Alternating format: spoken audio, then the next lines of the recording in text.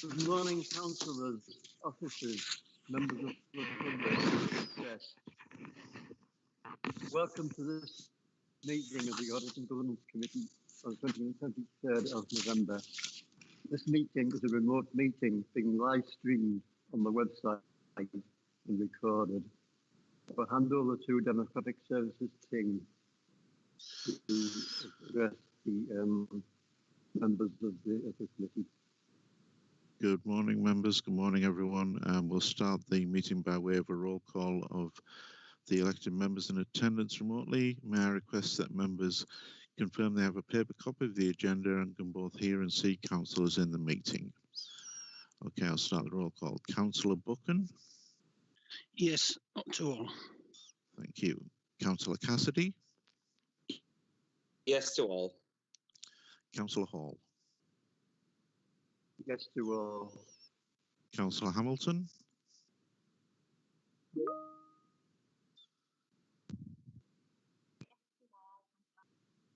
Thank you. Got that, Councillor Hamilton. Councillor Harrison? Yes, I've got the papers, thanks. Councillor James is trying to join us. He's just having some IT issues at the moment. And we have also received apologies from Councillor Loynes. There are also apologies from from Standards Cooperative member Claire Wilson. Do we have either councillors, parish councillors Littlefair or O'Brien with us? No. Is there a local priest representative as well this morning? No. Okay, thank you. That concludes the roll call. Can I just remind members and our guests if they could keep their microphones muted during the meeting, just avoids any issue with background noise during the meeting. When we come to any voting in the meeting, and just again remind all members that the votes will be undertaken by a recorded vote through a roll call, and each member, when their name is called, can unmute and state their vote on any particular issues that we require a vote this morning. That concludes my part, Chair. If I can hand back to yourself. Also, Dave, Councillor Turner is present. Yeah, sorry, Councillor. Thanks, David. Moving on to the agenda, apologies for absence. We've got Councillor Brenda Loynes. Yes, Chair, and also Claire Wilson. Okay. To receive declaration. There were none. Confirm the minutes of the meeting held on the 1st of October 2020. Can you agree with the minutes? I was actually there. Oh, yeah. I didn't give me apologies, Chad. Yes, okay, I'll make that amendment. Buchan, thanks. Moving on to audit items 4.1. I'll hand over to Gavin from Mazars to introduce the report. Thank you, Chair. Sorry, Chris, do you want to go first? Yeah, I think, Chair, I was going to just say a little bit of introduction, then hand over to Gavin, if that's okay. I think what we've set out in the background to the report is just to remind members that we brought the accounts on the 1st of October. At that point, the accounts were substantially complete. You had a good debate on the accounts. You went through them in detail. I think at that time, we advised members that there were still some outstanding issues and information awaited from the pension fund auditors. And that's taken quite a long time to get through. It's an issue that's affecting certainly all of the other councils in the Tees Valley, and I think these issues are probably affecting nationally as well on the completion of audits. I think both myself and Gavin would probably say it's a little bit frustrating given the effort we put in earlier in the year to complete the accounts by the end of June and then to complete the audit. In section 3, we've just provided an update of what we think the final outcome of the pension fund audit will be. We're expecting the final letter this week. As a result of the work that's been undertaken by the pension fund auditor, we don't need to change any of the figures in the account, but we need to include the additional note that's been included on page 37, note 3 of the account, and we've replicated that at 3.1 for members' ease of reference, and then that's under the heading pension fund assets. At that point, I'll hand over to Gavin, and then he'll say a little bit more about it. Yes, thank you, Chair. Thank you, Chris. Yes, I share Chris's frustration. It's sort of very frustrating that we've completed what your officers produced the statements months and months ago now. We audited them and we're ready to report really when we presented our report at the last meeting to you on the 1st of October. And we have just waited and waited for the pension fund auditor assurance letter that we need. We can't sign off until we get that. We were notified on Friday that there will be a further delay. We're hoping that we can sign off before the 30th of November, which is the deadline, the statutory deadline that's been set for you to report on the audit of the financial statements. We hope we're going to achieve that. We're very much in the hands of the pension fund auditor. If we don't get the letter, we can't sign off, and we'll discuss with officers how we deal with that. Clearly, as soon as the letter comes in, we need to evaluate the contents of the letter and take that into account. But we'll deal with it as quickly as we can, and we'll do everything that we can to sign off on or before the 30th of November, and we'll keep in touch with your officers in that intervening period. As Chris mentioned, one thing we are aware of that does need to be disclosed, and it's reflected in the financial statements that you have today to be reapproved, is the disclosure of the material valuation uncertainty in relation to the pension fund assets. And our report will include an emphasis of matter paragraph that covers both that material valuation uncertainty and the material valuation uncertainty in relation to your own surplus assets and investment properties.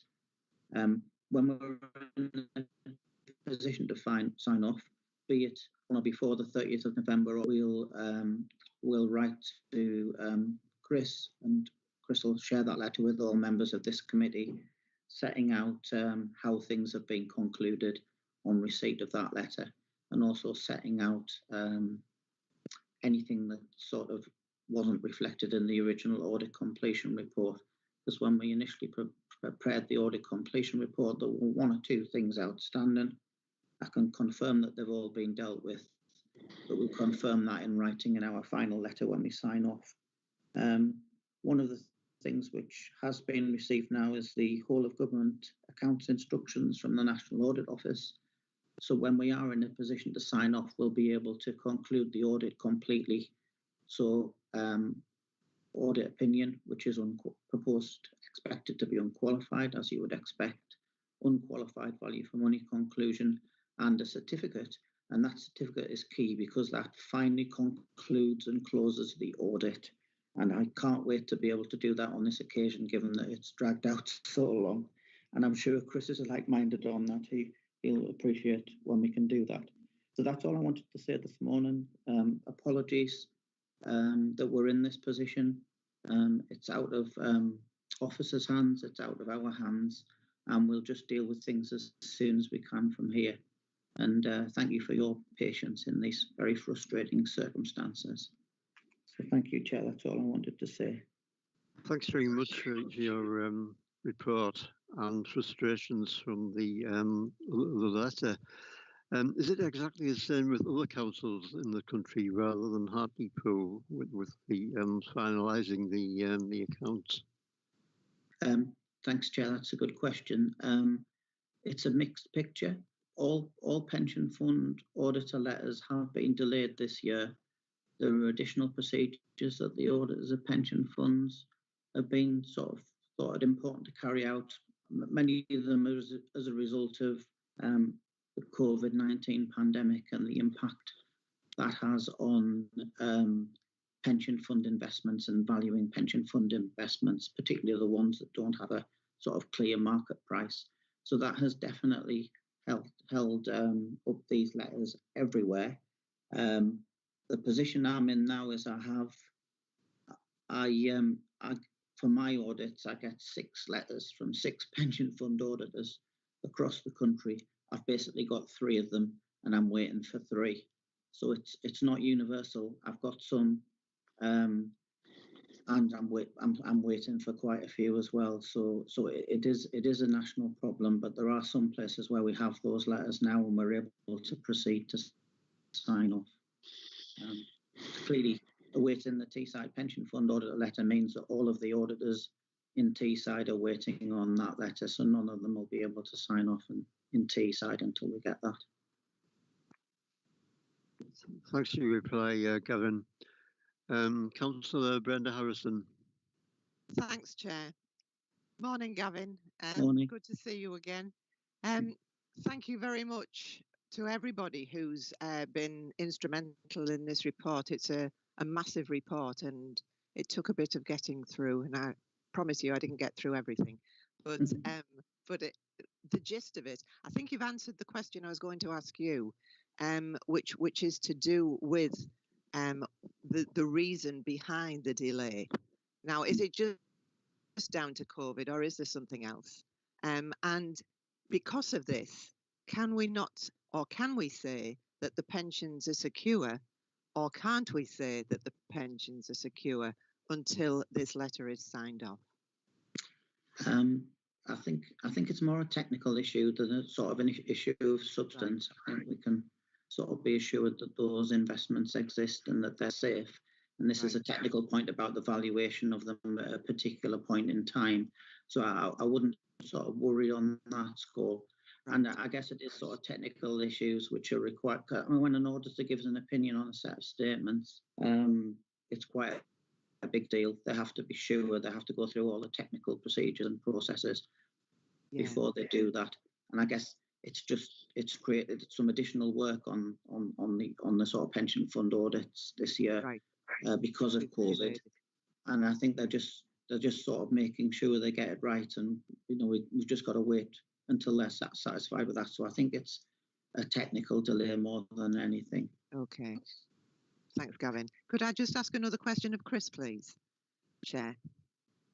Yes. Chris, on page 11 of the report, where you've got that nice diagram, the ring, and we're looking at the dedicated schools grant. I don't know whether you can actually answer this, but this is the 5th year we've gone for a disapplication in order to get money from the government. And I'm just wondering if it's sustainable for the future. Do we have to keep doing this year after year after year? Is there some other way? I mean, one of the things that we did at Children's Services was decide, once the application was, or the disapplication was secure, to write yet again to the Minister about funding. But the lack of funding is creating a big problem here, because every year we have to go for this disapplication.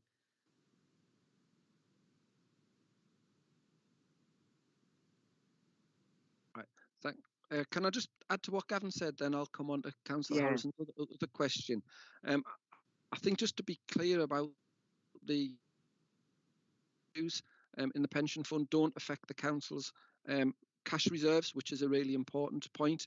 And the other point I'd make is that the Teesside Pension Fund, at the last valuation that set the employer's pension contribution rates, was one of the best funded in the country. But obviously, the assets have been affected by the economic impact of COVID, and we've all seen what's happened to the value of the stock market and property assets, and it's how they recover, particularly once we know how a vaccine impacts over the coming months, and those trends could change as quickly in a positive way as they have in a negative way over the last few months. So it'll be one to watch. But just for clarity, there is no risk to the pensions either of current employees or pensioners, just to make sure that there's that assurance.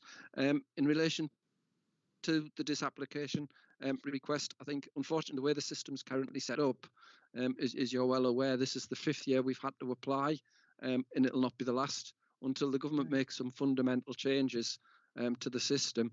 Those costs are deemed to have to come out of of the schools block, and we'll have to keep applying for a disapplication. Excuse me, but I think, as you've already said, once we've got the disapplication secured, we'll write another letter to the Minister trying to say, can you address this on a permanent basis and fund it appropriately. Well,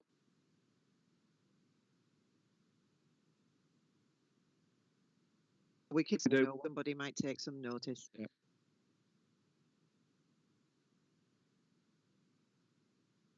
Okay, thanks. Can we note the report and looking forward to the letter from the pension auditors in the future, hopefully, and we accept that.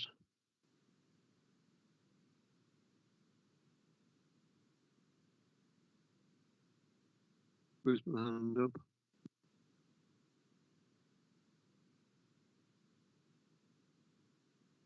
Oh, right, okay. Right.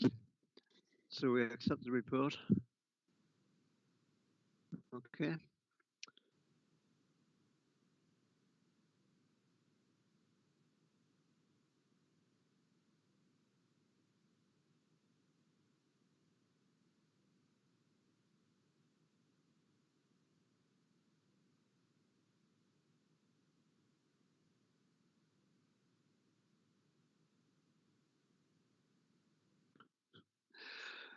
(6.2) Coronas in Hartlepool. Presentation from the Audit Director of Public Health. Thanks.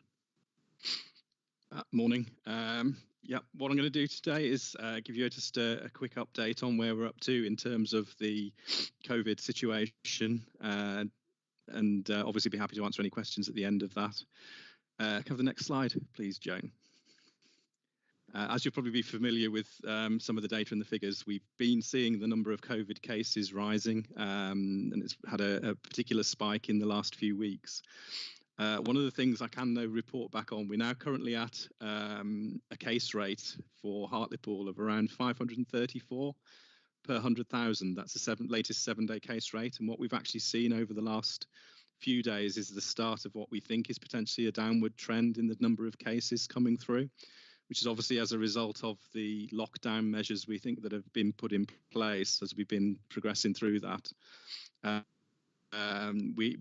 We are slightly encouraged by that. I think the rate of increases is slowing down rather than seeing anything. It's a good news and a good start, but we still need to be maintaining our guard and ensuring that all of the measures we've put in place are working. Can we have the next slide, please?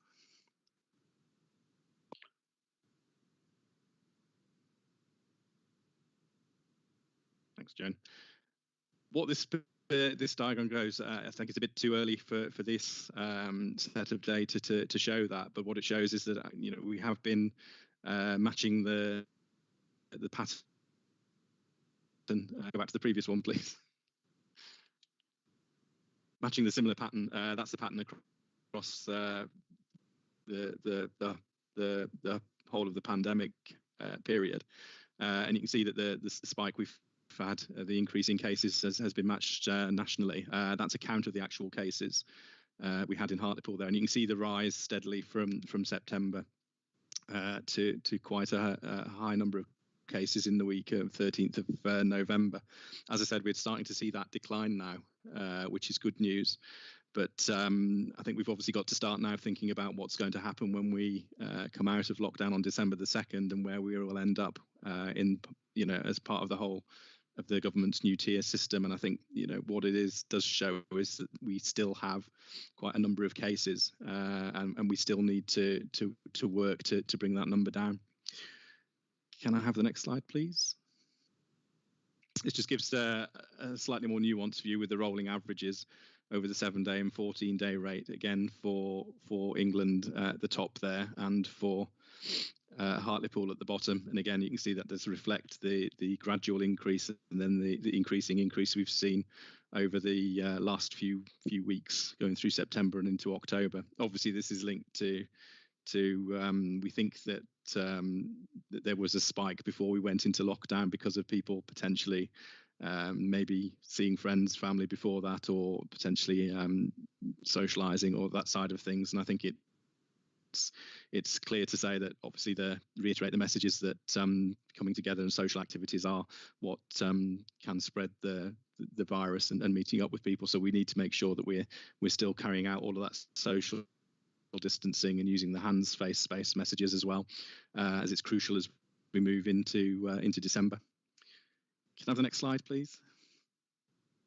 This indicates the death rate per 100,000 people, and you can see again, it's linked to as with the cases. Hartlepool has a higher rate than the England average as well, and that is a slight concern. One of the challenges we have is with using rates such as this, any fluctuations, because we have a small population, can make sort of quite large changes in the rate.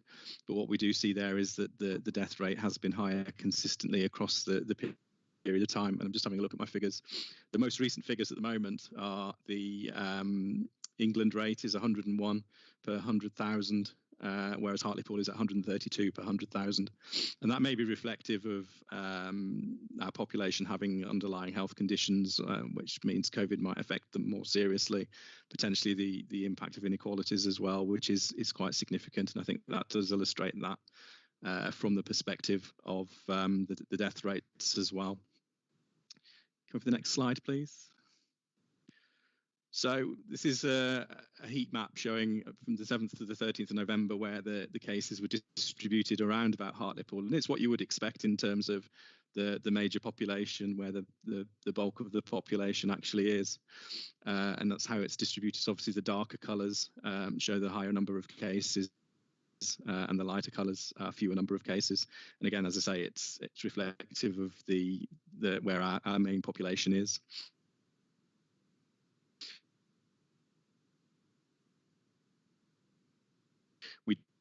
Potential outbreaks that we see, and we've been able to use that to identify some key areas where we need to do more work to sort of make them more COVID secure, and that work is ongoing, and we can use this data to work that out and put in place measures to effectively tackle that. Up to date, we sort of generally there is community transmission throughout the town, and I think that map kind of really reflects that. Can we have the next slide, please? We have 3 testing units within the town. We have the mobile testing unit, which visits Jackson's Landing. That's been since the start of testing. We've also got the local testing sites, one at Greyfields car park and one in the town square in Headland.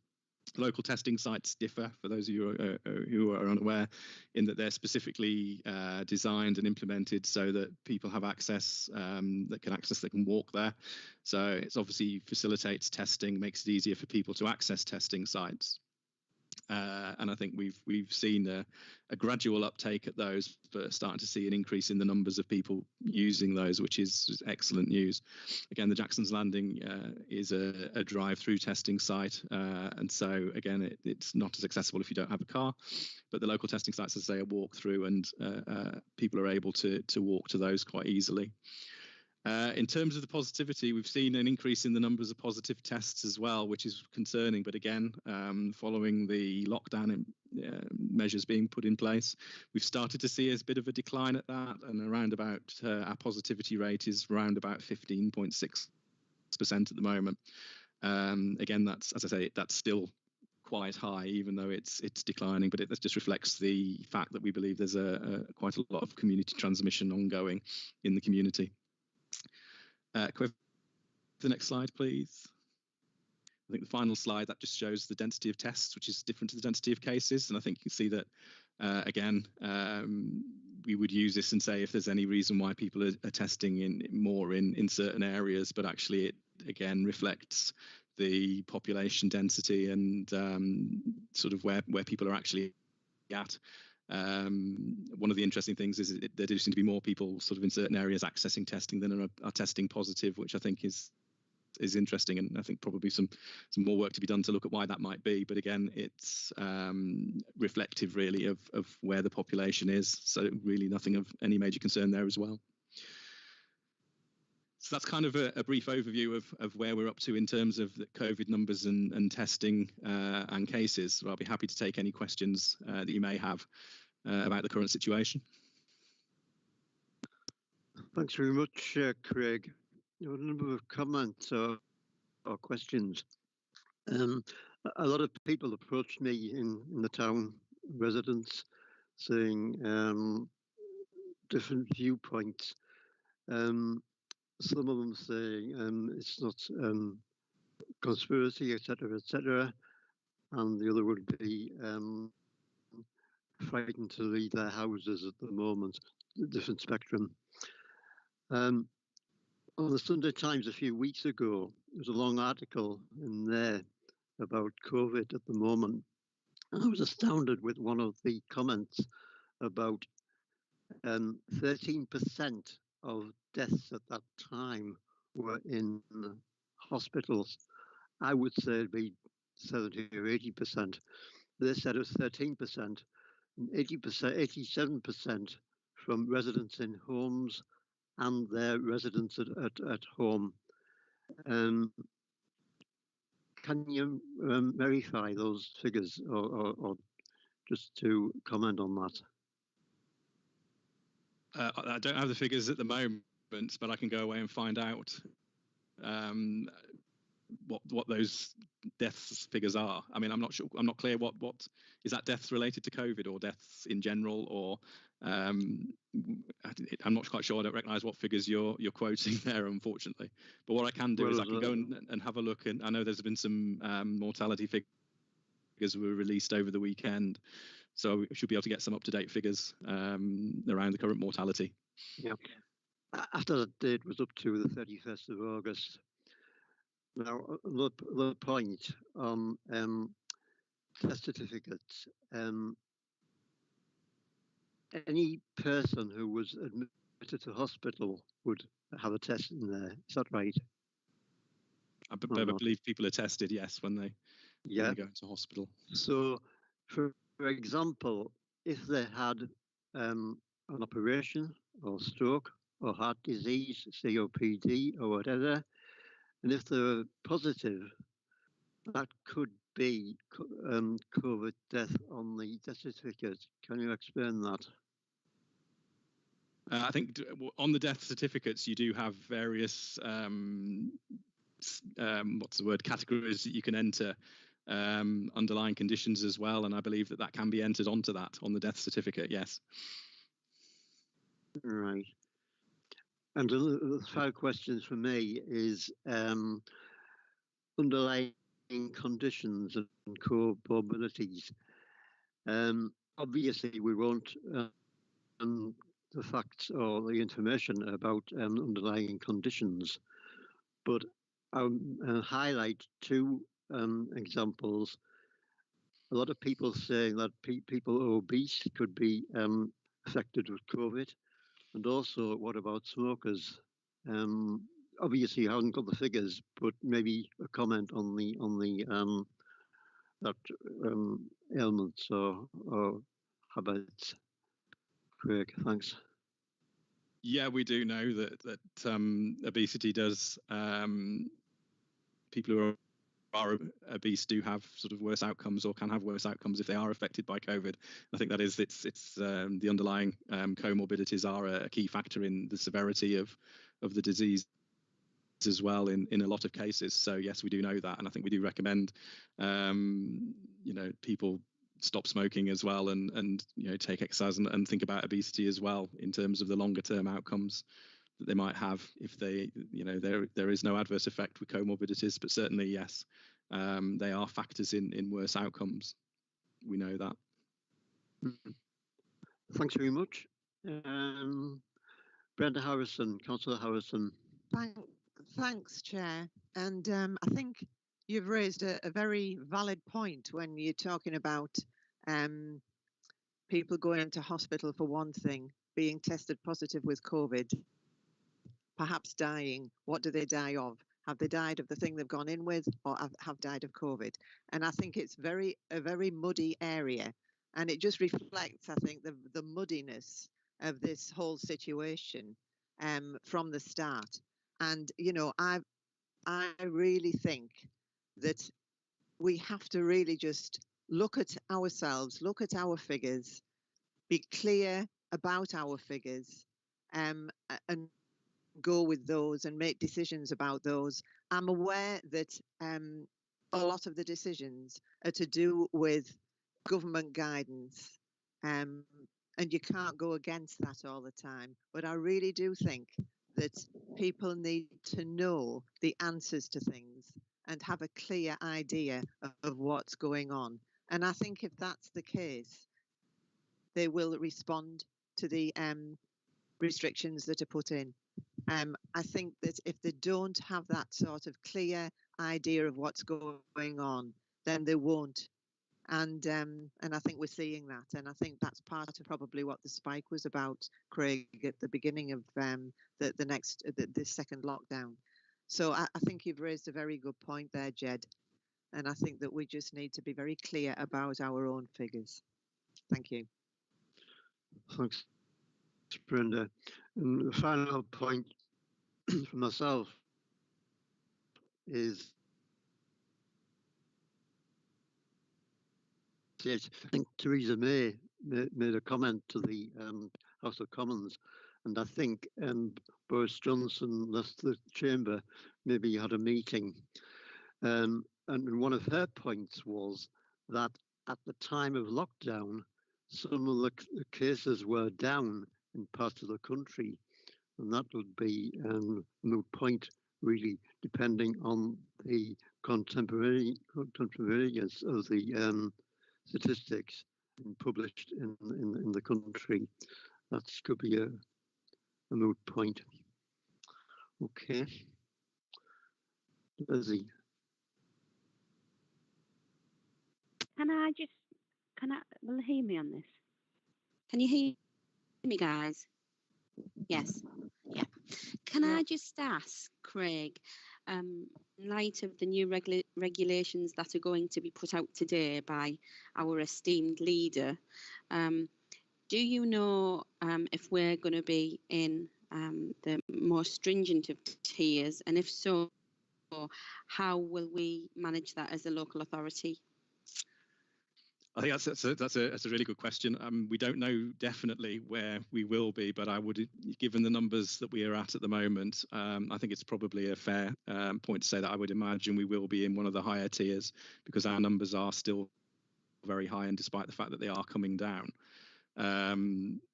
you know, they're not down far enough for us to sort of, you know, be relaxed about going into the lower tiers. I certainly think that at around, let's say, what was it, about 534,000, we have quite a way to go, even though they are coming down. So it wouldn't surprise me at all that if we were placed into the higher tiers, which we'd already started planning for and preparing for prior to the lockdown implementations, and so looking at what the implications of that might be, and you know, we do have sort of some existing plans there in terms of what we need to do to increase messaging and support people as well once we come into those lockdown restrictions.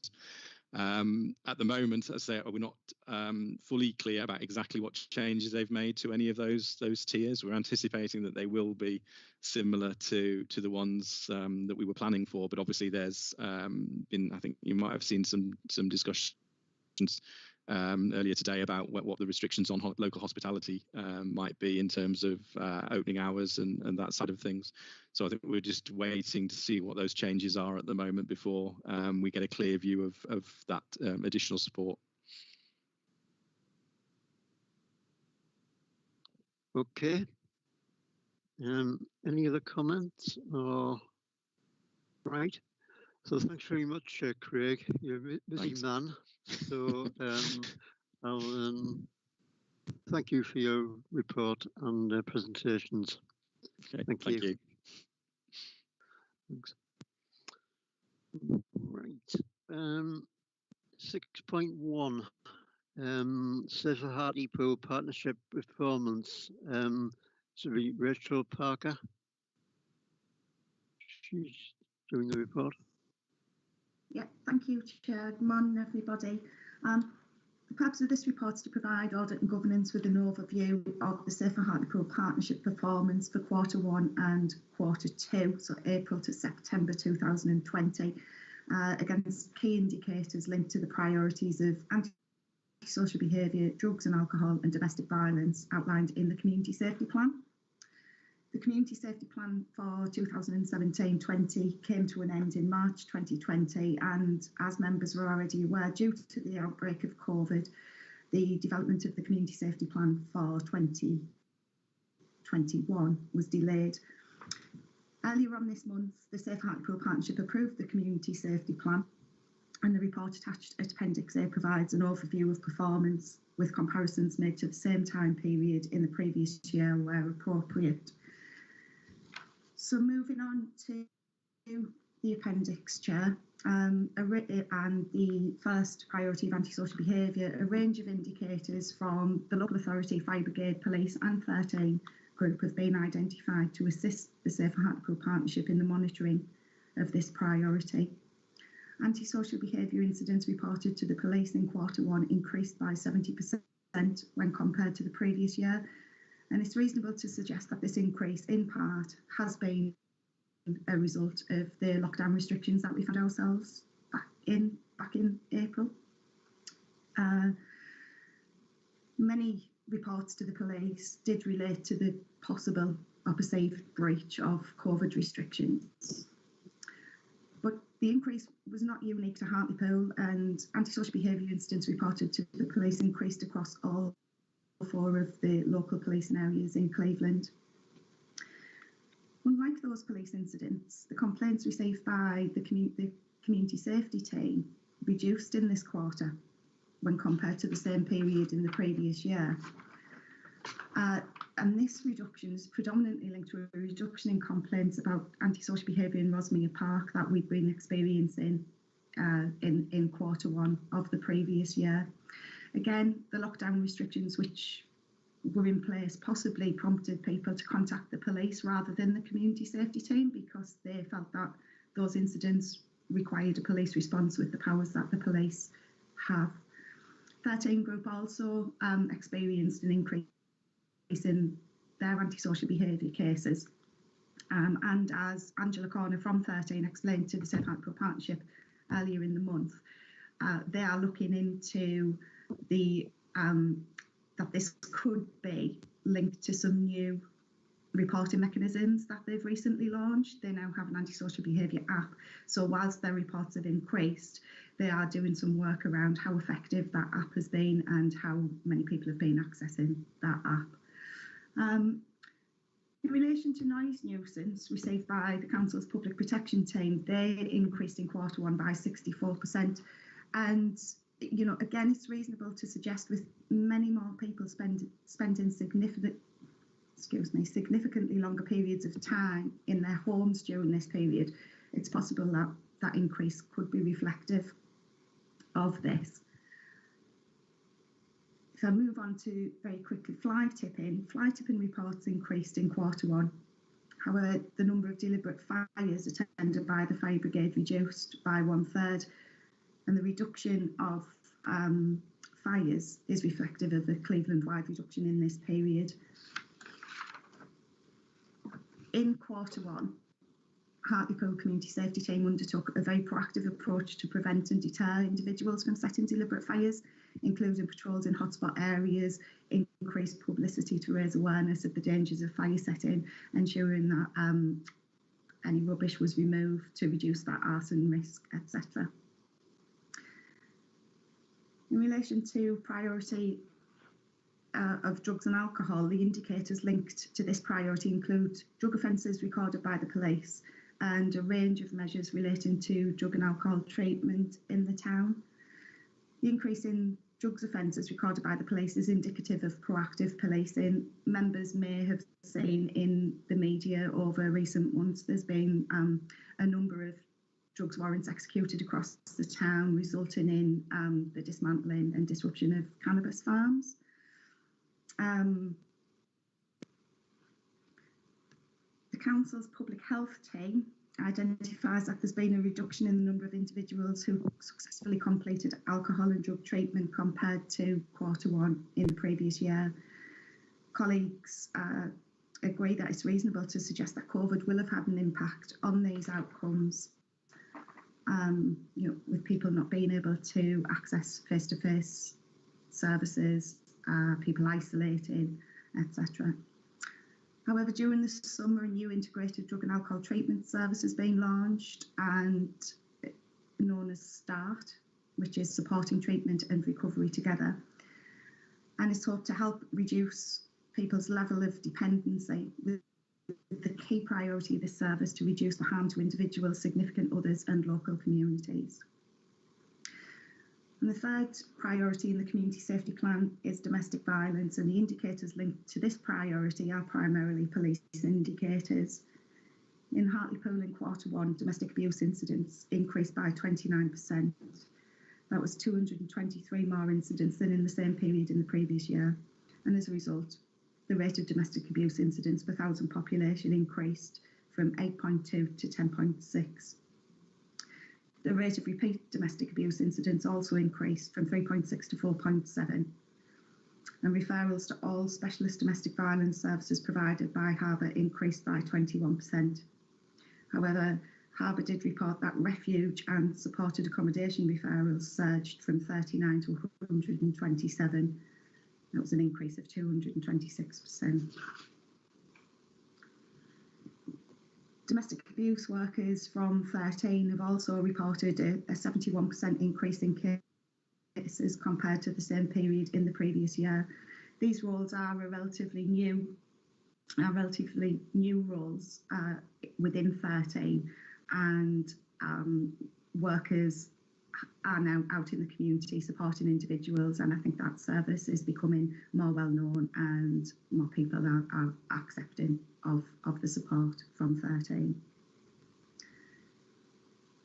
So for Q2, July to September 2020, we saw a sort of a little turnaround.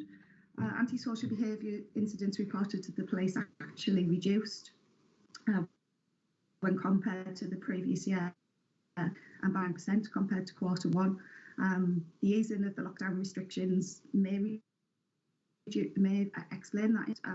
People were not so overly concerned. Larger groups of people were meeting, or that people were visiting others. However, we'd need to do some more detailed analysis to fully understand that. But again, the reduction wasn't unique to Hartlepool. It was experienced right across the Cleveland Police Force area, but Hartlepool did experience the greatest percentage reduction of reported incidents. So police incidents reduced. However, in this quarter, complaints to the community safety team increased. And again, a reversal of what we experienced in Q1. Within the team, we feel that people have started to get back in touch with the team because it's not those where or require a police response because of COVID restrictions. It is more around that general antisocial behaviour that some of our communities experience. 13 group again also experienced an increase, and again, as Angela had explained to the Safe Hartlepool Partnership, that could be because of the positive effects that they're reporting to has brought around for their tenants. Noise complaints in Q2 were 20% higher than in the previous year, but only 2% more than Q1. And then going forward month on month, the complaints around noise reduced. 70 in July, falling to 64 in August, and then to 44 in September. Possibly again, this is the reversal of Q1. More people were spending less time at home than there had been in Q1. But in 30% of all the complaints received in Q2, music was cited as an issue. Potentially people, enjoying some socialising back in their homes once they were allowed. Fly tipping reports increased again by 54% and 24% increase compared to Q1. Fly tipping reports continue to relate to side waste, as well as the more traditional reports of the larger household items, mattresses, etc. Lorry loads of industrial rubbish dumped. And speaking to the team, around 2/3 of all fly tipping reports relate to side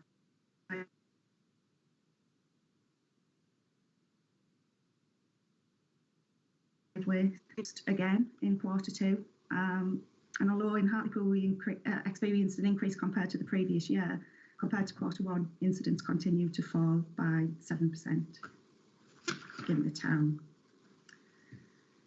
Drug possession and supply offences did increase, and again, indicative of the proactive policing, and they increased by almost 1/3 in Q2 when compared to the previous year. There was a slight reduction compared to Q1, but I think that's just timing of when warrants can be secured and carried out. Unfortunately, the data in relation to drug and alcohol treatment for Q2 is not yet available. It hasn't actually been published yet. It's due to come out around about the 26th of November. So unfortunately, we've not been able to populate that priority for Q2. And finally, domestic abuse incidents reported to the police during Q2 reduced by 2%. There was 18 less incidents in the same period in the previous year, and by 6%, 61 less incidents than in Q1. Whilst the rate of repeat domestic abuse incidents increased slightly, the number of repeat incidents also reduced month on month. The Q2 data from Harbour is not available at the time of writing this report. However, members may have seen that there has been some press coverage around some of the new innovative ways that the charity have adopted to work with victims of domestic abuse, particularly in response to the increase in number of referrals. One of those innovations has been the introduction of a live chat facility on Harbour's website, which means that anyone who wants to access their services can now do so online in the evenings and at weekends. Harbour has reported this has been extremely successful, with clients engaging digitally where they'd previously been reluctant to seek support. And as part of the ongoing campaign to raise awareness of domestic abuse in the town, officers from the community safety team have been visiting prior to lockdown, visiting local hair and beauty salons, handing out information, and many of those salons were displaying posters to encourage victims of abuse to speak to the police, and signposting those victims to organisations who offer support. As a result of the Safe Hartlepool Partnership meeting on the 13th of November, we are also looking at ways to increase our publicity around offering support to victims of domestic violence, because obviously we've found ourselves in another lockdown. So work is ongoing with our comms team to ensure that we can get the right information out to the right people in the right way. I'm going to go back to the recommendation there, Chair, and the recommendation for this report is that the Audit and Governance Committee note and comment on the information provided, because the Audit and Governance Committee has within its responsibility to act as the Council's Crime and Disorder Committee, and in doing so scrutinise the performance management of the Safer Hartlepool Partnership. Thank you. Thank you, Rachel. Comprehensive report. I was astounded about the 1790 fly tipping. Is it more reporting rather than more fly tipping? And also on page 8, you mentioned about wheelie bins with no back sacks or whatever. I mean, there was one then in my ward. I couldn't count the back sacks in the back lane. I counted up to 60. It was more than that. and that's the astounding figures really in one lane, back lane. So can you comment on the underreporting or more reporting rather than the flag tipping itself? I don't think I would be able to give you a conclusive answer there, Chair. It's possibly that more people are reporting more because they've been at home more, and they are seeing fly tipping more. I think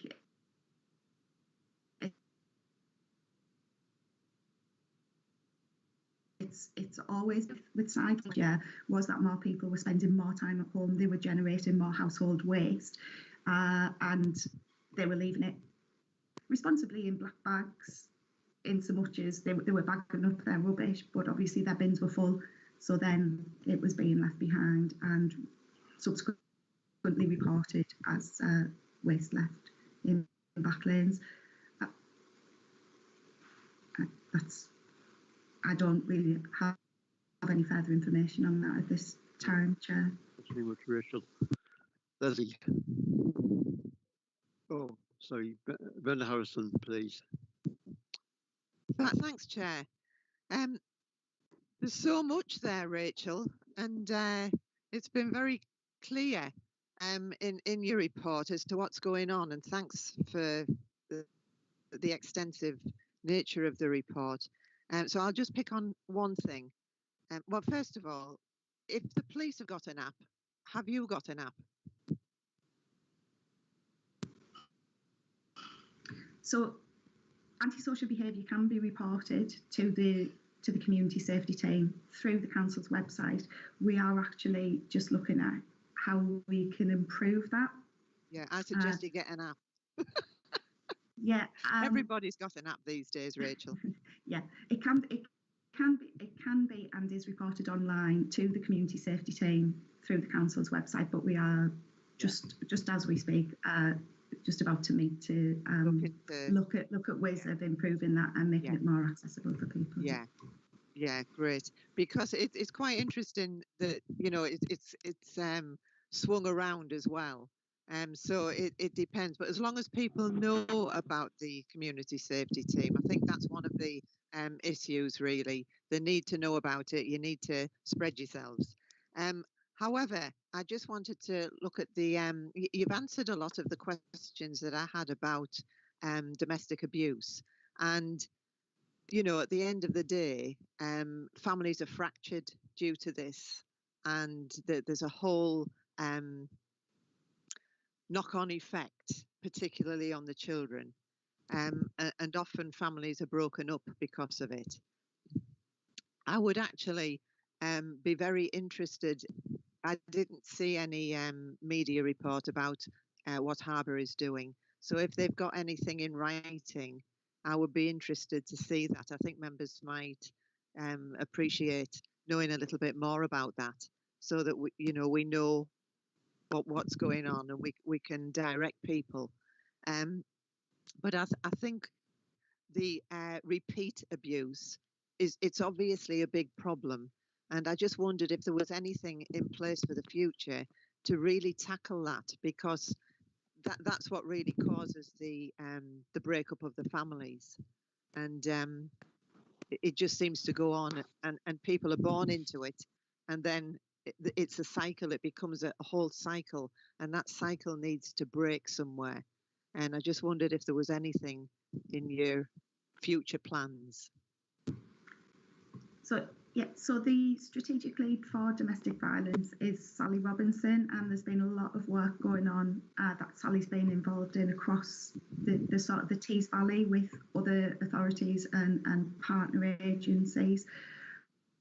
As the partnership have agreed that domestic violence is a priority in the community safety plan, we will be looking at ways to identify how we should focus on that priority, with repeat abuse, no doubt, being an area. As I say, Sally is doing a lot of work around domestic abuse, and that will be reported back to the Safer Hartlepool Partnership in due course, and to yourselves as Audit and Governance. But at the moment, I don't have any information in front of me, Brenda, that goes into any more detail. Yeah, thank you. Leslie? Yeah, I just want to pick up on what Brenda was talking about within regarding domestic violence. It makes for depressing reading, really.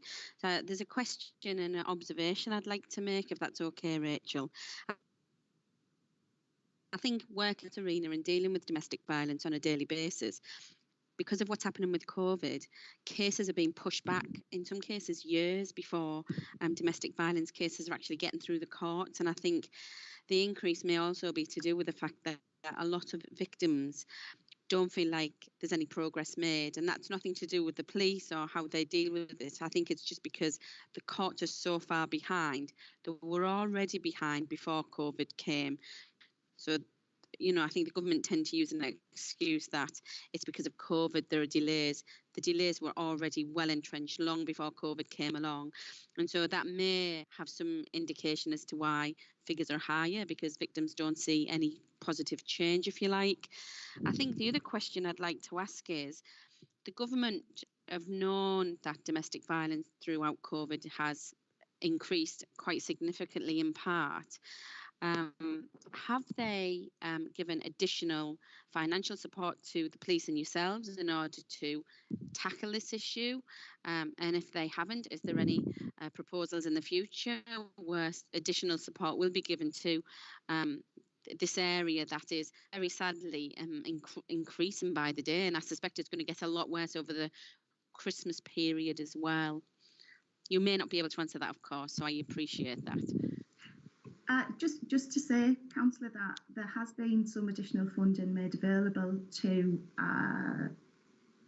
just recently the PCC's offices across the country and other forms of grant funding, but the commissioning of the domestic violence specialist services sits within the Children's and Joint Commissioning. So there's Sally's the strategic lead with Jane Young as the Assistant Director with responsibility for that.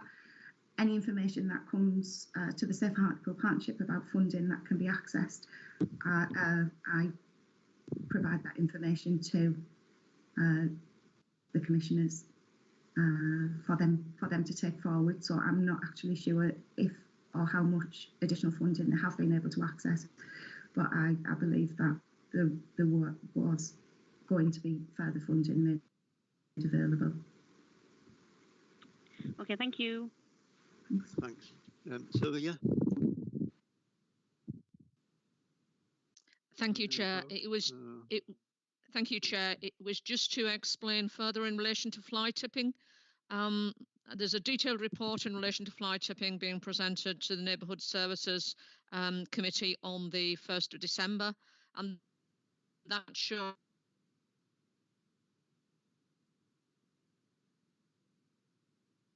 that the amount of rubbish that is being fly tipped has increased over time, as well as a number of complaints that we receive increasing also.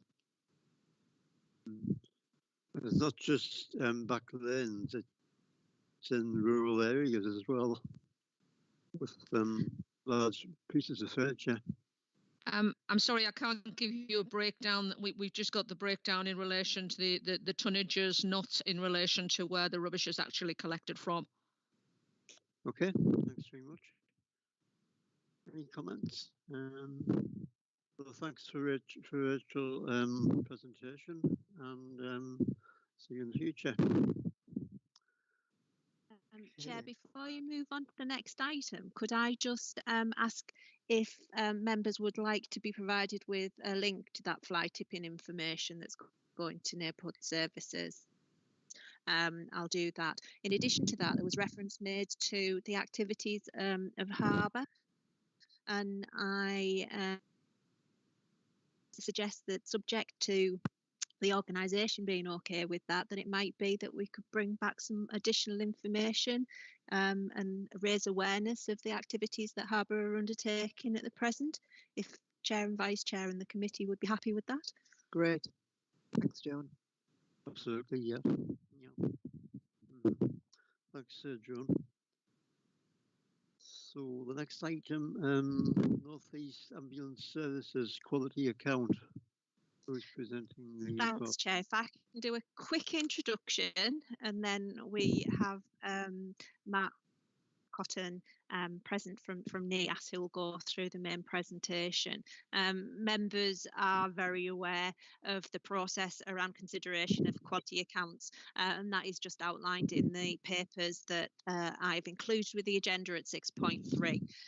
What I would ask is the members just consider the recommendations in that report after looking at the presentation and the information provided by Mark, just to say that the committee is asked to consider and comment on progress made, on the priorities identified, and performance in line with the National Ambulance Response Standards. So it is an opportunity for the committee to consider, comment and seek clarification as required.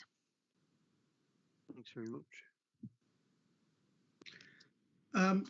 Thank you for that introduction, Joan, and very much appreciated.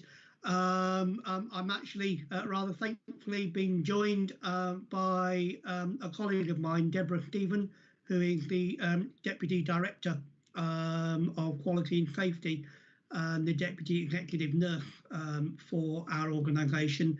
She's kindly going to go through the presentation on behalf of the Trust. I have a few comments I'll make after her presentation regarding performance, and then we'll happily take any questions. So, Deborah, over to you. Thank you very much, Mark, and thank you for this opportunity to present our quality priorities and feedback. I know that our quality report for 1920 has obviously been delayed in line with the NHS improvement requirements, so we're providing feedback on this report very late in the year. So I hope you've had an opportunity to have a look at the full report. This presentation just really focuses on the quality priorities, which we'll update you on, and obviously the quality report has a lot more information in there. And deadline for feedback on the quality report is tomorrow. The requirements for this year's quality report is slightly different in terms of the stakeholder engagement, etc., that we've had, which has been limited this year simply because of COVID-19 and our focus on responding to that as an ambulance service. So just really to outline that. Next slide, please. So we had 3 quality priorities for 1920. One was around cardiac arrest and improving survival. Obviously, as an ambulance service, responding to those patients most at need and who are in cardiac arrest is really vital. So we've had this as a quality priority for a couple of years, looking at different aspects of what we need to do to respond to patients in cardiac arrest. And we recognise that early recognition and intervention is really key in terms of chain of survival. Next slide, please. So one of the things that we looked at was purchasing community public access defibrillators. So those patients in a shockable rhythm are able to receive that via the defibrillator at the earliest opportunity. And we also wanted to look at smart technologies to activate members of the public, more focused on our volunteers, our community first responders, to a nearby cardiac arrest. So next slide, please. So just to give you an indication in terms of that increase in community public access defibrillators, in 2018-19 we had 541 CPADs that we're aware of as a North East Ambulance Service. I'm pleased to say that we've now got 742 across our regional footprint, and that gives you a breakdown by CCG area as to where those CPADs, the volume that we have now in each area. So it's really pleasing to note that that increase across all areas, really. Okay, next. And the lady there is Alex, who is our CPAD leader. So she's the person who you would contact should you want a CPAD in your area. And we've got some contact details on the next slide, please. So that web link there for people who are interested in knowing more about CPADs is there for people to access. We're very pleased to support financially through our charitable funds in terms of purchase of defibrillators in the community, and we're really continuing that because we feel that it's of real value. We've continued to look at postcodes across our region to identify where there is most need in terms of having CPADs. So again, access via that website. There's information there for members of the public to have a look at. Next slide, please. What we've done over the past year is actually worked with Good Sam. So we've got the Good Sam app, in which we're able to inform our community first responders and some of our clinical staff of a cardiac arrest in their area, and that's whether they're in work or out of work, in terms of responding to that. And what we've also done is worked with Newcastle University and their medical school to engage in medical students actually being part of that community first responders, and we're really delighted with that work. And we're working with Sunderland University now in terms of their medical school to engage more fully with more student doctors or doctors in training. Thank you. Next slide. We also recognise that in terms of cardiac pulmonary resuscitation, we need to make sure that our staff are trained and are highly skilled in that area. So we've been looking at our training and had a focus on paediatric resuscitation in this past year, based on the learning that we've had in reviewing cases. We've developed a cardiac arrest registry, which is really being able to pull out far more information in relation to cardiac arrest to help inform that training. And we've also been able to consolidate our CPR training for those who are in our emergency operations centre receiving those 99 calls. Thank you. Next slide, please. That is just a slide which identifies our cardiac arrest registry, which has a whole range of data points, which really has enabled us to focus training on where we need to see improvements, and also feedback any positive learning to staff members who are attending cardiac arrests. Next slide, please. This slide is very busy. We need nationally to feedback in terms of our outcomes when we respond to cardiac arrest, and it's in relation to return of spontaneous circulation, so where we attend on scene to patients who've had a cardiac arrest and we're able to get them the circulation going in response to that resuscitation. You can see that it's on a monthly basis, the data set going back to April 2017. The blue line is where we've attended and resuscitation has commenced. The red bar is where we have achieved that return of spontaneous circulation, and the yellow line is our percentage of patients where we have received a ROSC, and the green dotted line is that year-to-date position. So we have seen some small gains when you look at March 19, April 19 in terms of that, and you can see on the right side of the graph in terms of the ROSC achieved, we're around 7-8%, sometimes 12-13%. So again, when we're going on scene and resuscitating, very sadly our resuscitation rates are still very low in response to the times when we attend scene. So next slide, please. And then this slide looks at witnessed cardiac arrest. So this is return of spontaneous circulation. And you can see our ROSC rates are now up to 26% or higher.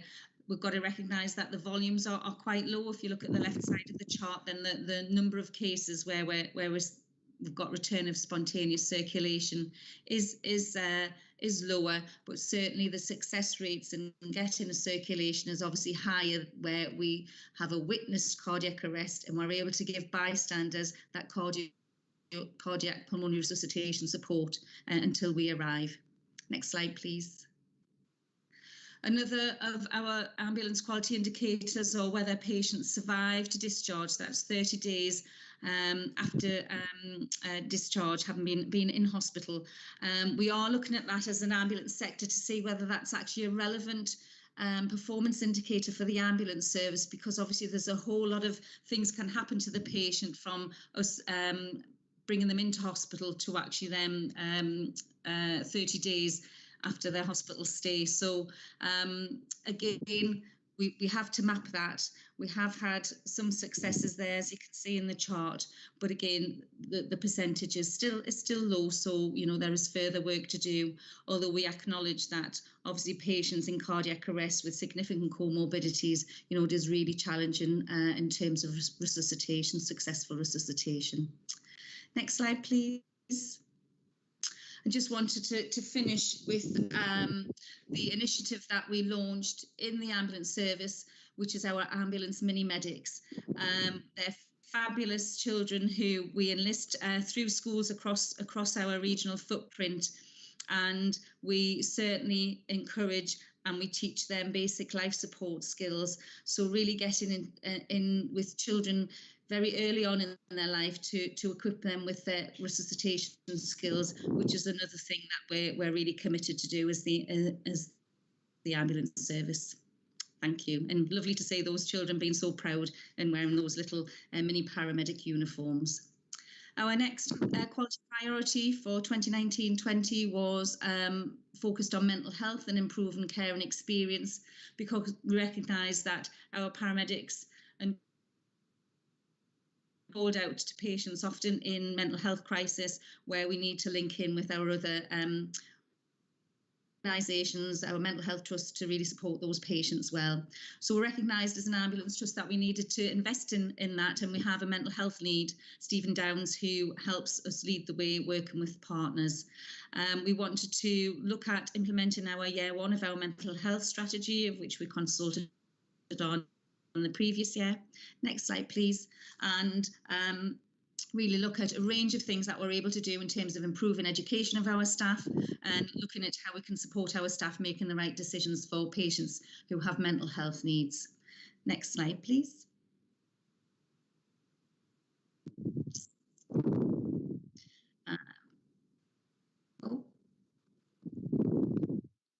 If we can have the next slide, that would be helpful.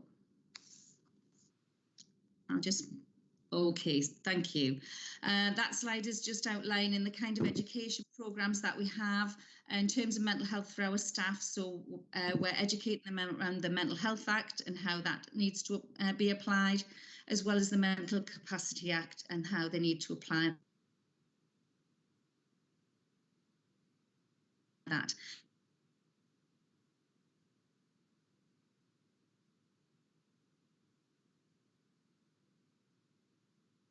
Please. I'll not go through this slide in detail, but I just wanted the group to be aware of the different kind of elements of our strategy and how we're wanting to work to improve our response to patients with mental health needs and also our staff. So if I have the next slide, please.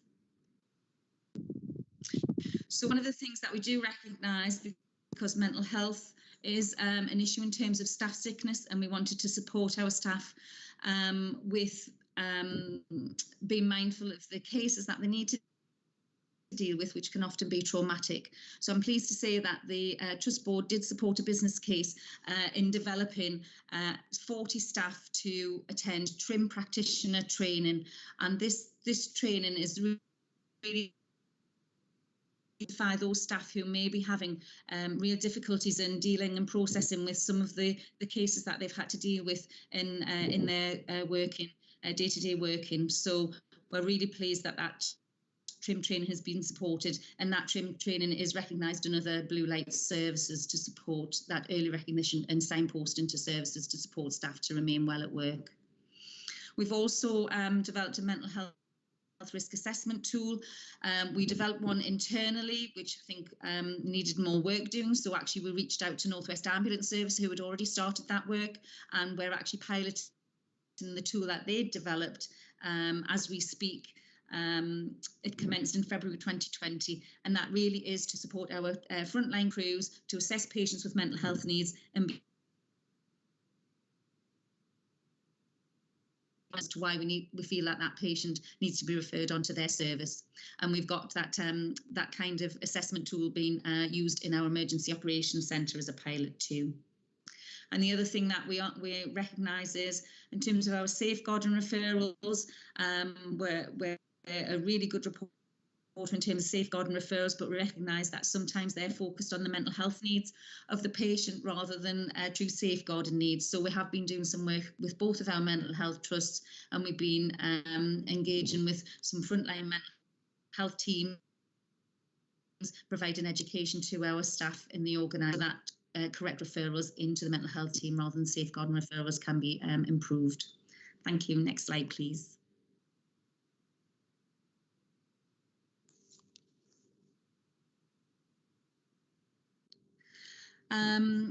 So moving on to our third quality priority, which was just culture, improving patient safety. And this was recognised as a just culture, which balances open and honest reporting, focuses on learning when things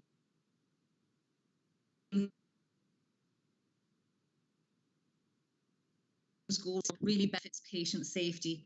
And we know that the NHS produced a patient safety strategy in July 2019, and they've more recently produced a patient safety incident response framework, which focuses on learning for incidents and system learning for incidents rather than focusing on individuals, whilst recognising that individuals have a responsibility and accountability if things don't go as planned. And there's also a national patient safety syllabus which has been developed, which we're looking at in the organisation. Oh, I seem to have lost the presentation. I'll just move on to mine.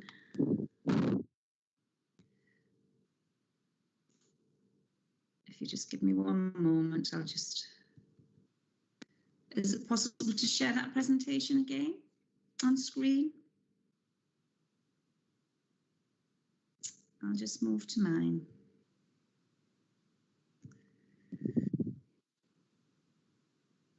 Hello, everybody. Apologies for that. I got dropped out of the call, so I can commence again, Deborah, if that's okay.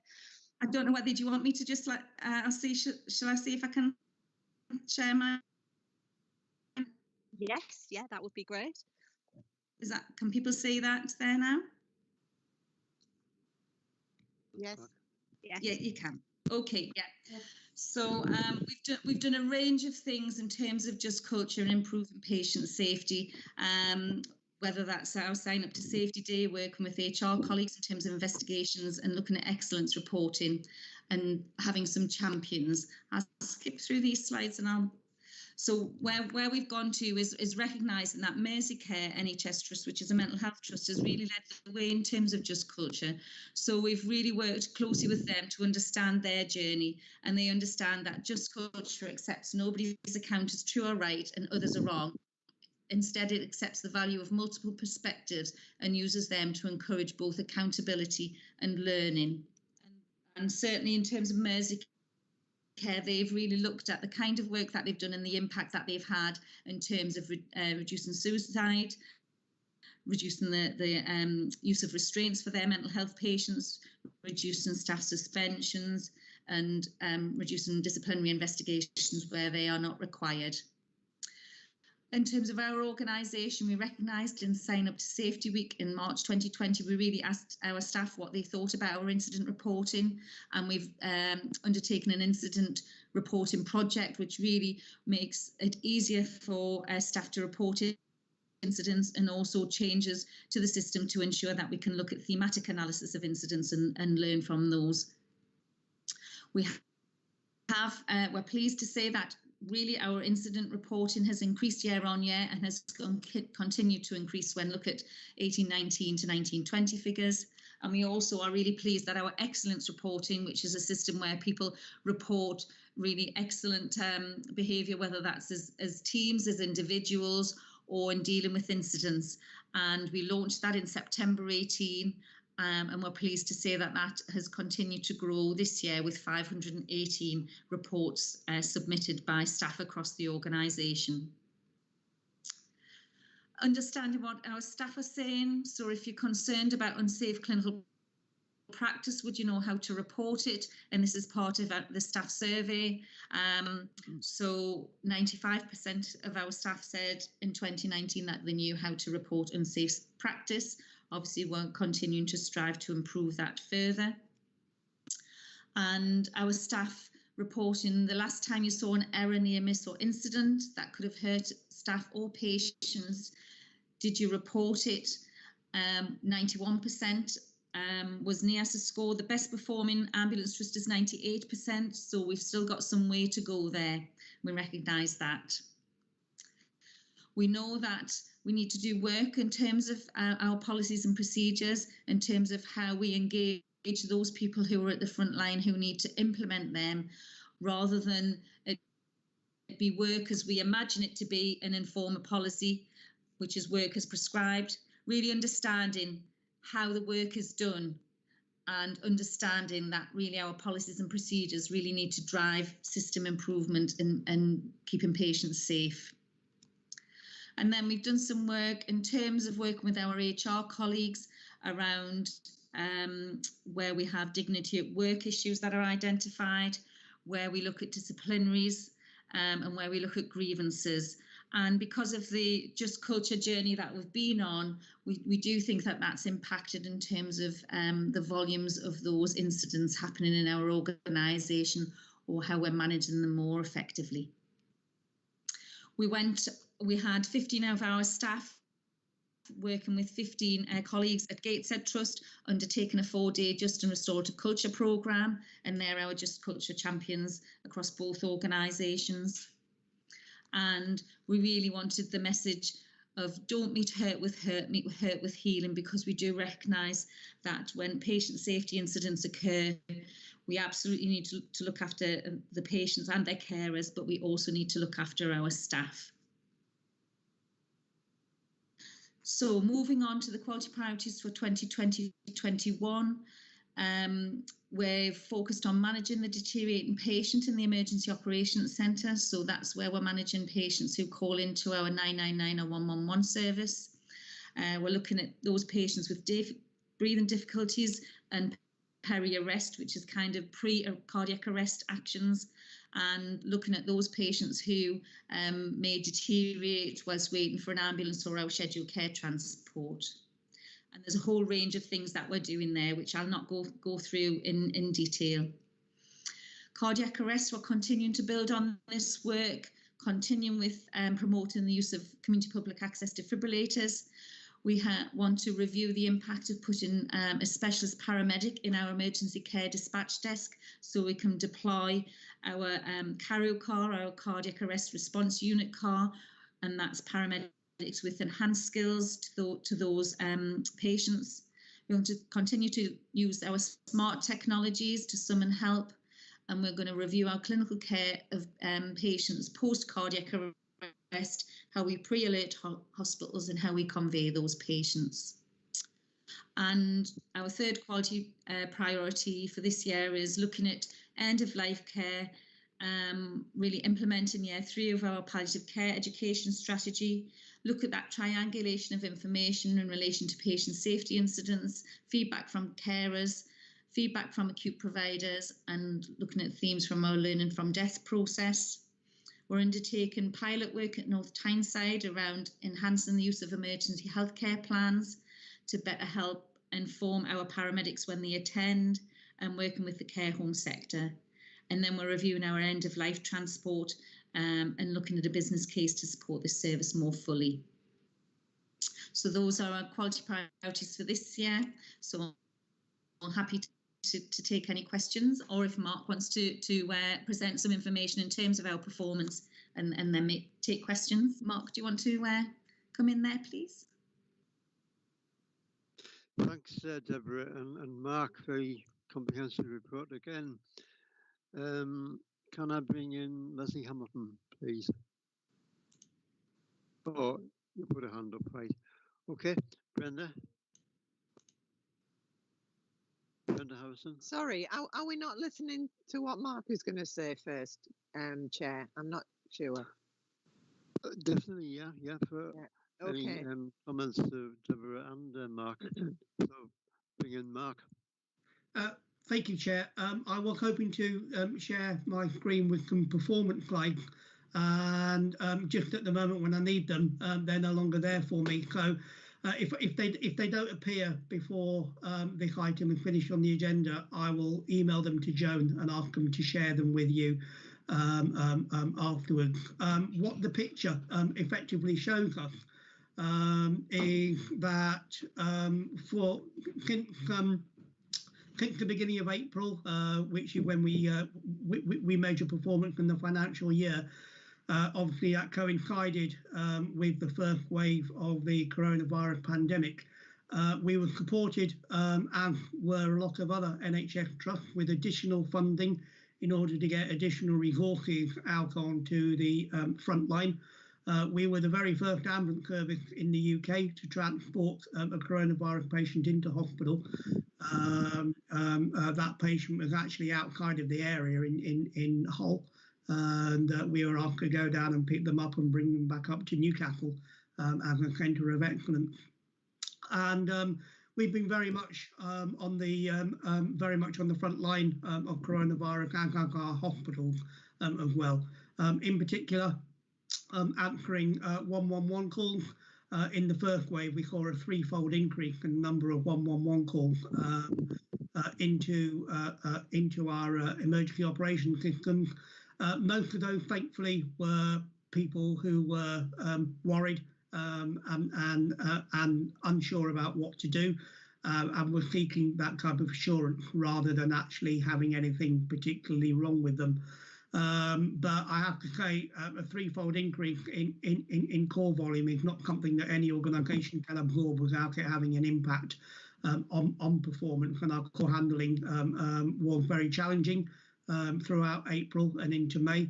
The staff there did an amazingly sterling job around all of that, and I have to say that they did help to keep patients safe and to keep patients reassured. We also invested some of the additional funds that came to us from central government into frontline resources and frontline ambulances. And what I was hoping to show you in the chart is that we achieved every single one of our ambulance response time performances throughout the summer, as did every other ambulance service in the country. And that fact nationwide hasn't actually been achieved in more than 10 years.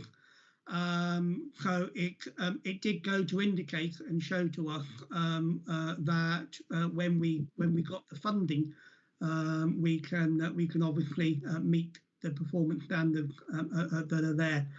We didn't see any deterioration or decline or fall in the number of incidents attended, or certainly the number of patients who were calling. I know that there have been a lot of media coverage about particularly cancer patients or heart attack patients who may have missed hospital appointments, but that wasn't reflected in the 999 calls. We certainly didn't see any drop off in the number of patients ringing us for a heart attack, which was good. I mean, we don't want people not to pick up the phone because they're afraid of going into hospital and catching coronavirus. So what we have done, or what we're currently doing this autumn, and are a lot of other ambulance services as well, is highlighting the importance of having appropriate funding to allow us to keep those resources on the front line, that we can continue to meet those response time targets. We've been given a very generous funding settlement for the rest of this financial year. That takes us up to March, but obviously our discussions now need to be thinking about April next year and the next financial year, and putting us on a sustainable footing for that. But the good news over the summer, if there can be good news in a year like this, is that we have been able to meet all of our performance response standards as a result of the additional funding that the NHS has received overall. I think particularly if you're living and working in the town centre, you've got an awful lot of ambulances because of coronavirus. That's a massive sterling job you do at the moment. Particularly my office is near One Life, so massive boon from the NES. Thank you, Chair. Councillor Harrison. Thanks, Chair. Yeah, I'd just like to reflect what Jed's just said. It must have been a very challenging time for you, and not helped by some of the kind of behaviours that have been shown towards the ambulance people, which did actually crop up in one of our meetings earlier on, but it just seems to have got worse during this period of time, which is unbelievable. But you know, just well done for keeping going and doing what you've done, because you seem to have met the challenge really well. And just to go back to what, back to what Deborah was saying, I'd just like to highlight the Mini Medics initiative. I think it's a fantastic initiative. It ticks all boxes. It's a win for everyone, and hopefully, you know, in the future, it will attract more people into the service. It's just a really good initiative, and those children are very lucky and to have such an initiative, I think. So again, well done. And the other thing I'd like to highlight is the mental health approach that you've got, and the training you have for your staff, but also the approach is there to help staff as well, because I'm sure that it's one of the areas where there must be a big knock-on effect on staff's mental health when they're dealing with what they're dealing with. So well done, and thank you for the report, both of you. Thank you. Thank you. Thank you. Thank you. Any other comments? If I could just come back on that comment from Councillor Harrison, Chair. I think what shocked a lot of us was when the lockdown was eased after the first wave. I remember the date very clearly. It was the 4th of July when lockdown restrictions were lifted, and we not that weekend, ironically, but the following weekend, we experienced as our service what I will probably say have been the worst night of violent attacks against our staff that anybody in the trust in living memory has ever experienced. We had 3 ambulance crews attacked in very separate incidents in separate parts of the region, relating in 2 ambulances being taken off the road and 2 ambulance staff actually having to seek hospital treatment. What we haven't seen is an increase in assaults against staff per se, but that there was that period of time where we saw that the proportion of those assaults which were violent were actually higher than they would normally have been. We had an enormous amount of support from councillors and politicians and public officials and MPs and the such like, which have been, I have to say, have provided enormous amount of support for our staff themselves.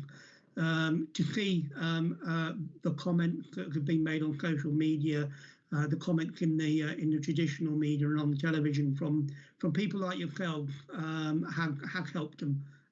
So can I thank you for that? Those sentiments do have made a difference. Rather timely, I suspect that the government at the time was looking to make an amendment to the law in which the maximum sentence for an assault against an emergency service worker should be doubled from 1 year to 2 years. So we were able to provide evidence for that, and that has subsequently been enacted by Parliament now. And we've now seen the first offenders actually be jailed under that new law for a period of longer than 12 months, which is what they would have received previously. So we hope that that acts as a deterrent. Thankfully, we haven't seen that level of violence since that we saw over the summer, but we hope that the new law does act as a deterrent for that now. Thanks for that, Mark. It's horrendous. Yeah, thank you. I mean, it's endemic in society at the moment with the public workers, by ambulance, police and fire brigade, and I think it's appalling. And I think the trade unions have lobbied Parliament about those sentences or whatever. They have, yeah. Appalling. Yeah, they have. Thanks very much. With no comments, we can move on. So thanks. Oh, Leslie, yeah. Yeah.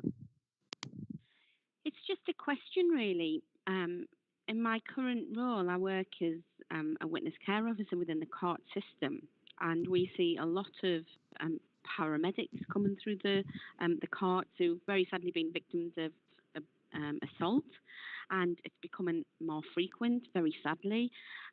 What we see with a lot of paramedics that come to court, they're often like rabbits caught in the headlights. I'm not sure if there's any kind of guidance given to them when they come to court and they give evidence, or what they know what to expect when they come into court, because a lot of them that do come, they're often they don't often realise that there may be a requirement where they do have to actually go into court and face the person that's assaulted them. And so they don't really understand the process of special measures and things like that. And I'm just wondering if the ambulance service can look at some kind of, I don't know, training or some kind of measures that could be put in place in order to highlight to those people who may have to come to court what's kind of expected of them, because we can offer some support, but I just think for a lot of paramedics, coming to court is quite a traumatic experience, and they're often not aware that they're going to be looking at the person that's actually assaulted them. I don't know how you can do that, but I just think some kind of support and guidance that could be offered to paramedics when they do have to come to court, because it's not always a magistrate, sometimes it's in Crown, and that can be a very scary experience. Thank you for that feedback, Leslie. We do have a range of support for staff, whether that's in court or going to coroner's court as well. But thanks for that feedback that you've given us, because we'll really look at what we do for those circumstances, because we absolutely want our staff to be reporting where these incidents have occurred, so that we can deal with them properly as an organisation, because nobody should go to work and have those kind of assaults. We recognise that patients are going through challenging times when they're ill, but these assaults that we've seen that Mark describes are just simply unacceptable, and we absolutely want to support our staff to be able to do that. So thanks for that feedback, and we'll really look at what we do to support those individual paramedics who need to go to court. All right, thank you. Thanks very much, and thank you for your presentations.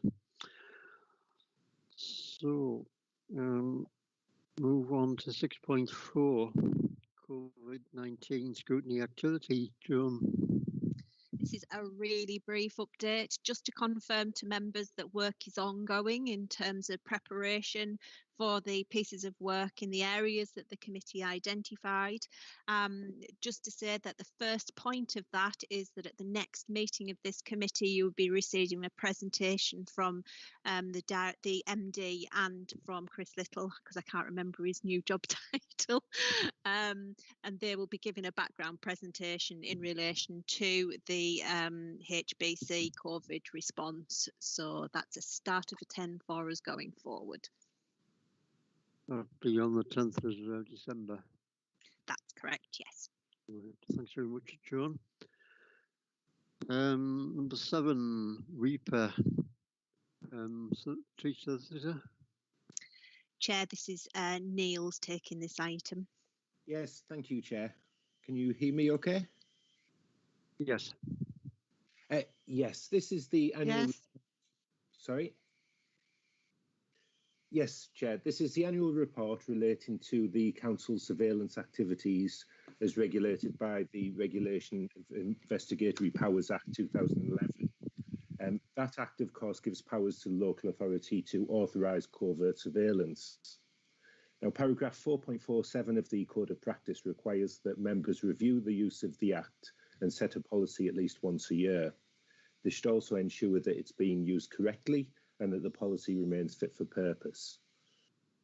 All directed surveillances, use of covert human intelligence sources and acquisition of communications data require authorisation, by a senior council officer. The controls were in place to ensure compliance with the Human Rights Act, particularly the right to respect for family and private life.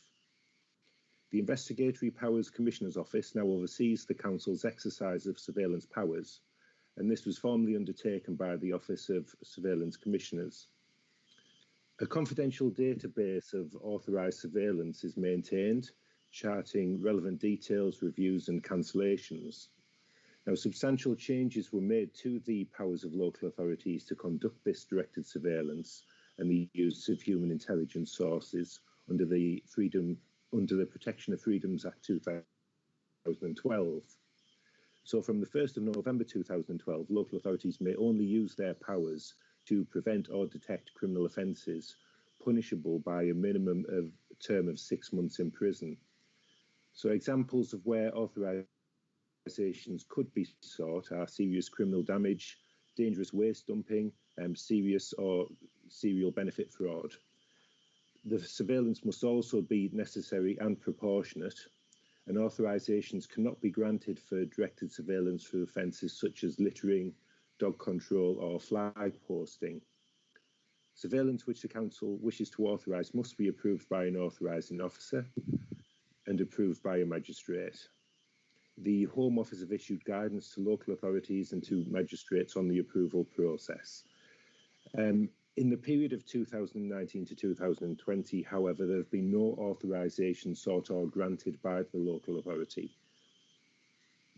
A request of the Investigatory Powers Commissioner's Office regarding desktop examination took place in October 2018, and this recognised that whilst awareness training had been undertaken, there remained a need for regular training and awareness to be developed. Arrangements have been made, therefore, for regular annual training, and this has taken place on the 16th of October 2018, the 7th of October 2019. However, regrettably, this year's training is yet to be scheduled because of COVID and other matters taking priority.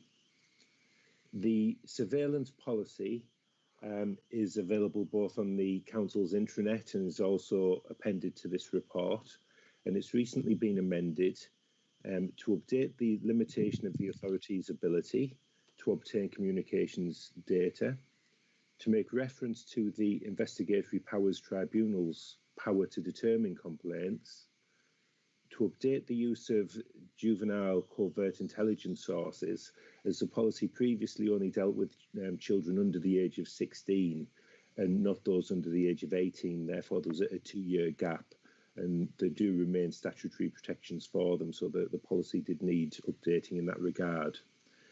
It's also been updated to include the addition of information in relation to obtaining communications data, and the section has been expanded about the retention of material obtained to ensure data handling compliance and retention safeguards, in the main to make sure we're not keeping too many copies of the same information in too many places.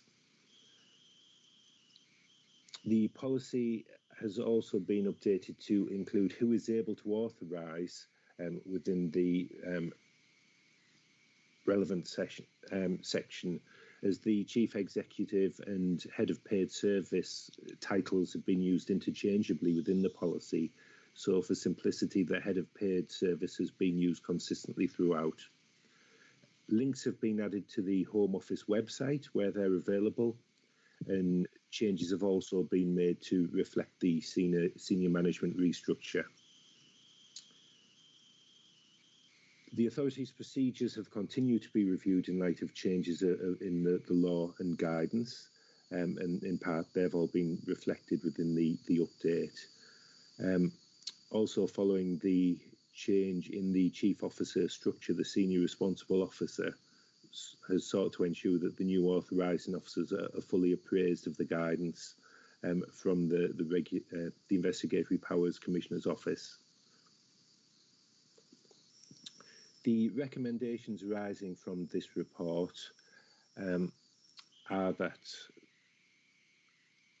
the appended policy be approved, the council so that the council operates effectively and as required by the law and guidance, and also to ensure that members comply with their requirement to review and approve the policy on an annual basis. I'm happy to answer any questions if any member has any. Thank you, Neil. Just on 3.4, substantial changes were made to the powers of local authorities. Are there any issues in Hartlepool at the moment or not? No, Chair, not that I'm aware of, and I think that's exemplified by the fact that there's been no authorisations within the last year. So it is something that's constantly under review, but no, not at this stage, Chair. Okay. Any comments? No. So the recommendation is to approve the amended REPA policy. Can we agree with that? Okay. No dissent. Okay. Thanks. We move on to 7.2, Personnel Subcommittee. I think we've got a meeting in this week, I think.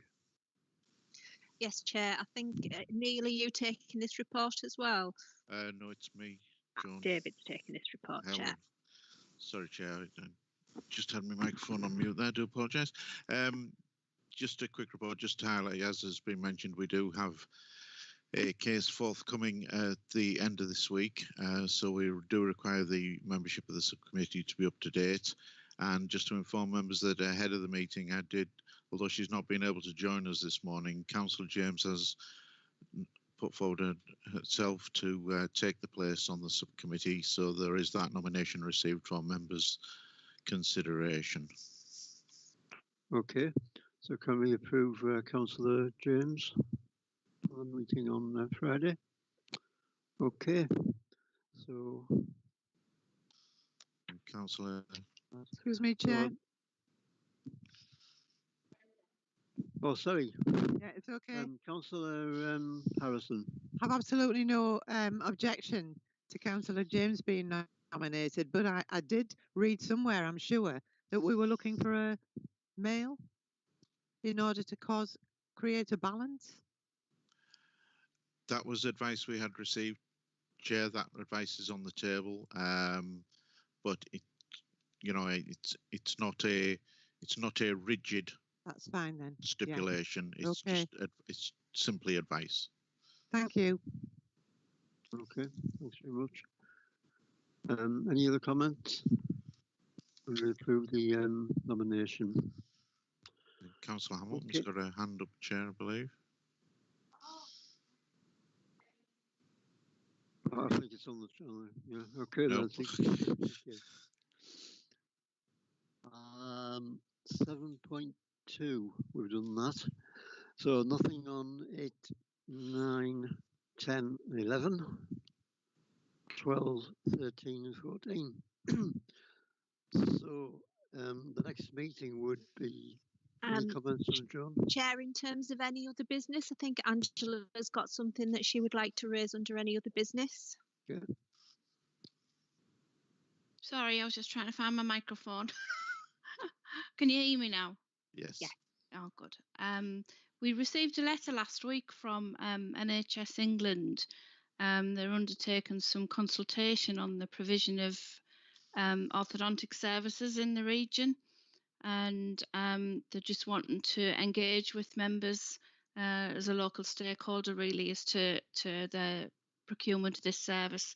Hartlepool's contract doesn't finish until September next year, but the engagement, the consultation needs feedback by January. So what we thought we'd do is, if I circulate the information that we've received to members, for them to have a look through the consultation, and then we'll take feedback from members and formulate a response at the December committee in order to feed back to NHS England before the deadline in January, if that's okay with members. Okay, no problem with that. We'll look at the report. Yeah, I'll email the information round later this week. Thank you. Thank you. Right, the next meeting is the Thursday, 10th of December 2020 at 10 a.m. and we look forward to people at the meeting on 10th of December. So thanks very much and your input in the meeting. Thanks now. Bye. Thank you very much, Chair.